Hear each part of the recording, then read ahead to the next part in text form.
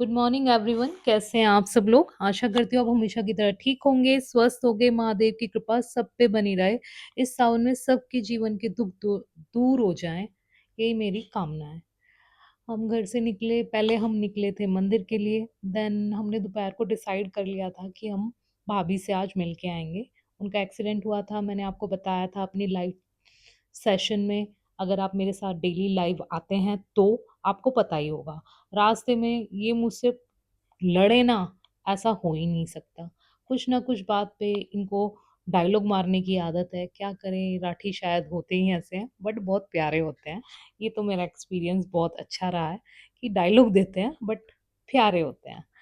मेरे हस्बैंड भी ऐसे ही हैं। मैं बाहर निकली तो मुझे छींकें आनी चालू हो गई। ये मुझे डस्ट से हो जाता है आजकल, कि जहाँ भी धूल मिट्टी आती है या मैं विंडो ओपन कर लेती हूँ कार की, या कुछ भी ऐसी प्लेस होती है तो छींकें आनी चालू हो जाती है।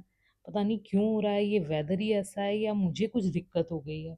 एनीवेज, ये चीज़ से मुझे ठीक होना पड़ेगा, या आई थिंक मुझे डस्ट एलर्जी होने लग गई है। और फिर हम निकल गए अपने रास्ते पे।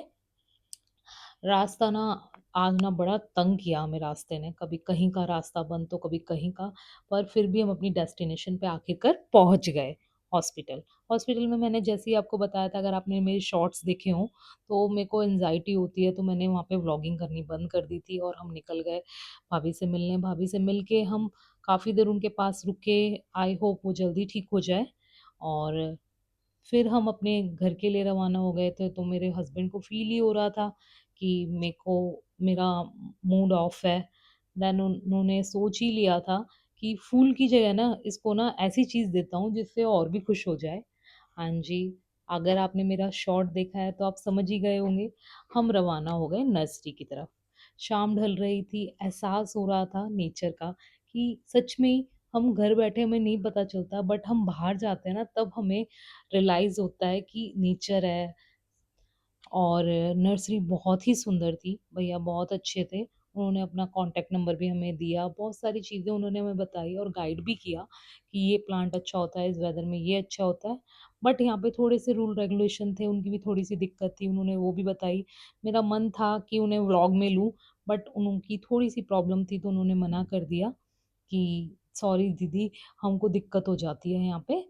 तो बट उन्होंने पूरा हमें प्लांट के बारे में बताया। ये थोड़ा एक्सपेंसिव थे, क्या करें, इसका साइज बड़ा था या जो भी था, या उनको लग रहा था कि हम ज़्यादा मालदार पार्टी है।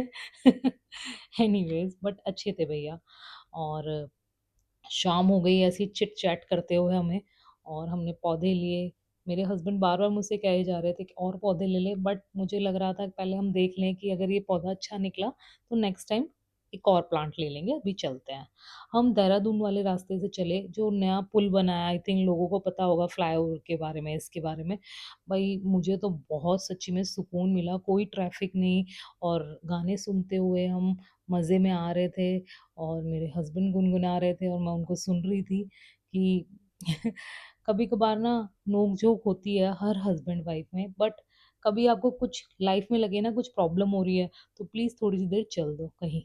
फिर मैं घर आई तो मेरे ब्रदर इन लॉ की बेटी आ गई। वो मुझे फ्रेंडशिप डे बना रही थी अब। अगस्त में कहती है, बड़ी मम्मा फ्रेंडशिप डे तो हर दिन होता है, अगर कोई अच्छा फ्रेंड बनना चाहे तो। वो बहुत चटर पटर करती है, बट वो बहुत लविंग है। वो मुझे फ्रेंडशिप बैंड पहना रही थी, कभी मेरे हाथ से निकाल रही थी। ऐसे ही खेलते खेलते हमारा वक्त निकल गया और हमें पता ही नहीं चला। Thank you.